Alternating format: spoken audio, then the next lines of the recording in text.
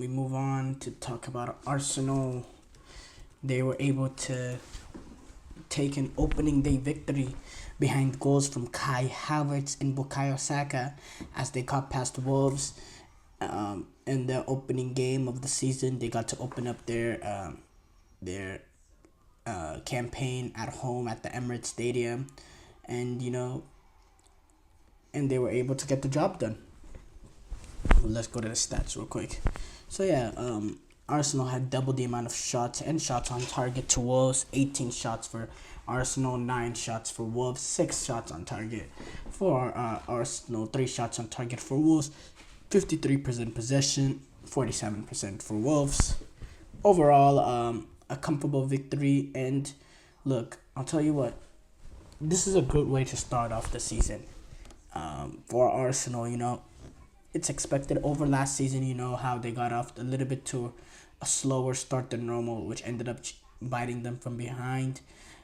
Starting off your opening day, victory, comfortable fashion, never really in doubt, getting goals from Kai Havertz, who it was good that he was able to get on the goal sheet because in terms of the European Championships, wasn't really at his best. Had a decent European Championship, but in terms of goal scoring, wasn't at his best. Wasn't able. They looked a little bit more deadly with Fulkrug in, and but it seems like he's found himself a safe spot in Arsenal right now. He's in his comfort zone, and he's scoring goals, and he's efficient, and he's playing some really good football. I thought overall his play was good. He had one play, he received the ball in a tight pocket, and then hit it right. I don't know if it was a miscontrol, but it went right into Bukayo Saka's pass, and then it led to a shot on target. And yeah, that's just when Kai Havertz is playing good, it makes Arsenal that much more dynamic. More dynamic. They looked fluid. They looked comfortable. They were able to get crosses into the box. The goal led from a Bukayo Saka. Bukayo Saka had a goal and assist. A brilliant cross left foot. Kai Havertz making that sort of center forward run, which is something we've questioned. Yes, at the 9, he could give you technique and he has quality and he can, he can be a connector and all that, build out play and all that, but can he do the dirty work as a number 9? Can he get on the end of crosses? Can he make those runs across the 6-yard box, being at the right place at the right time that a striker is always at? Well, so far to the season, he's done that with that opening goal. And, Wolves, they had their chances. They had a free kick in the 27th or 8th minutes or so from Belgrade that threatened Raya. And yeah, but apart from that, I thought Arsenal looked pretty comfortable. I thought they were a little unlucky not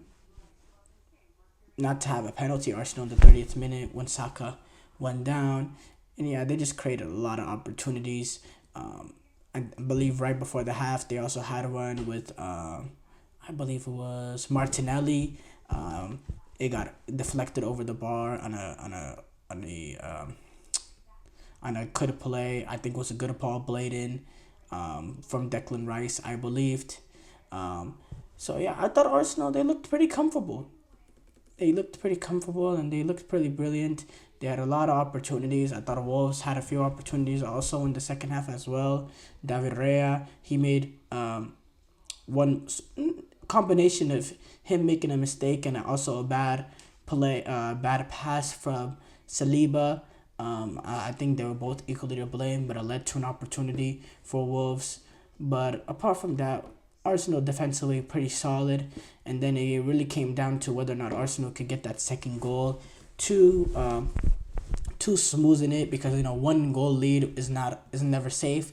And then Bukayo Saka doing what he does best, cutting it onto left foot and rockets a ball into the back net. And I have to say it, watching it, I did question Jose Sa.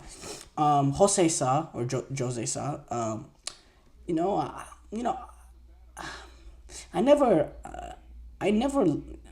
never have sympathy with a goalkeeper getting beat near post. You're already lining up, you're protecting that near post. Yes, the ball is played in with pace, but it's far enough out. For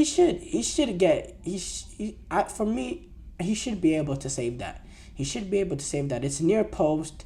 It's not exactly from point blank range. You have time to see it. Yes, it's coming in with pace, but it's not even exactly in the corner as well. I think his reaction is a little bit slow. I don't think he gets the reach on it that he expects himself. The reflex is not quick enough. For me, he should have done better there. But again, Bukayo Saka doing what he does best, cutting it on his left foot. And I guess my biggest pet peeve about people defending Bukayo Saka is people always let him cut onto his left. He always have miles of space cutting on of his left. And for me, I don't really understand it. Close off his left feet. Make him go to the byline. I don't understand that, but that's something for all the left backs in the Premier League to deal with. Left backs, right? Because he's a right wing. Yeah, left backs to deal with. But overall, great start for Arsenal in this new chase for them to battle with Manchester City, to compete for them game in, game out, to win the league. You gotta take advantage. You gotta capitalize on your opportunities. You gotta be very, very consistent. You gotta be very, very clinical. And now, yesterday they went in with the tried and tested players in terms of Saliba, Gabriel, Zinchenko, Ben White, Odegaard, Partey, Declan Rice, which allowed Declan Rice to play a little bit more in an advanced role with Thomas Partey sitting, which allowed him to create that ball, to create an opportunity for Martinelli that should have been their second at the end of the half. Then Saka, Havertz, Martinelli. But now you have the likes of Jordan Timber, who's essentially a new signing, Ricardo Calafiori, that gives you a little bit something different. We see how Mikel Arteta eases them into this Premier League campaign. Because last year he was able to gradually throughout the season start manipulating the lineups and start changing the way the team looked. I like to see how Mikel Arteta does that to keep the level of performances up there. It's a good start. They didn't play Arsenal. They didn't play to the level that they're expected to. You go back last year, they had so many games where they scored 5-6 goals. They have played at an unbelievable level, but now they're just trying to develop that sort of consistency, that sort of winning mentality that this team has. This team has that winning mentality, and you're seeing it already in the way that they started off. Look, Arsenal, they're a very good team. They're a very good team, and they're not a team to be underestimated. They have a quality now. They have depth in terms of the center backs position, in terms of fullback position. They got midfielders in there that can defend, that have quality going forward. They have the cute and cleverness of Odegaard. You got verticality from Saka, Martinelli. You got a Havertz that's found his comfort zone at Arsenal, and then you have a guy like Gabriel Jesus off the bench that can make an impact as well, playing that sort of striker position. We didn't even talk about Jorginho. That's an added element in certain games. You can bring him on, and he can control and be the composer in that midfield to give you something a little bit different. Thomas Partey. Now, the reason why he's not in there right now is he doesn't give you the athleticism and physicality that Thomas Partey has, which allows Declan Rice to drive up, drive forward, because Thomas Partey will have the athleticism to get around and defend. But in certain games, Jorginho will be important, and Jorginho will provide a different element in terms of how Arsenal want to play. So there's flexibility in this team. They can do it in multiple different ways. They have the depth now. They have that winning mentality. But the biggest thing overall is Manchester City is still there. And now they're getting Gundogan back, which makes them that much better.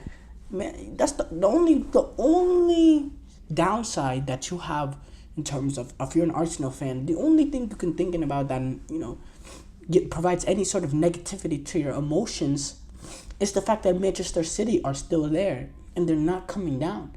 I don't expect Manchester City to come down. So for Arsenal to win the title, they're going to have to be unbelievably great to win the title.